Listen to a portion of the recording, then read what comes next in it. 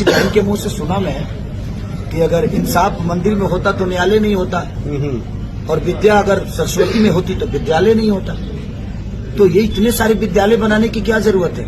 हम कम से कम 50 मंदिर सरस्वती का ही बना देते। अगर न्यायालय इतने सारे लोगों को फांसी की सजा होती है, या लोगों को चोरी के केस में होती है, या मर्डर के केस होती है, तो भगवान पे छोड़ दो ना, फिर मंदिर में लेके चले जाओ उनको। बात वहाँ नहीं है। तो इसीलिए मैं कह रहा हूँ कि मंदिर जरूरी है सर।